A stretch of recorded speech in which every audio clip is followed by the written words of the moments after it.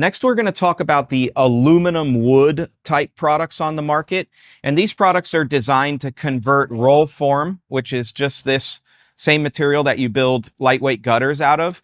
And instead of making that gutter shape, they've made rectangle shapes out of it and seamed it together. And so this creates a complete rectangle.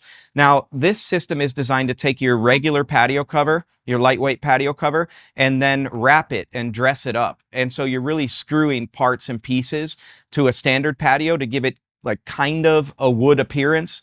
The problem with this system is you definitely could not consider it to be a structural system. So you're adding a lot of money to a standard patio, but you're not adding any strength to it. You're not adding any quality to it. You're just adding kind of a dress-up kit. And so you could take a look. This is actually considered a structural beam in these aluminum wood-looking systems.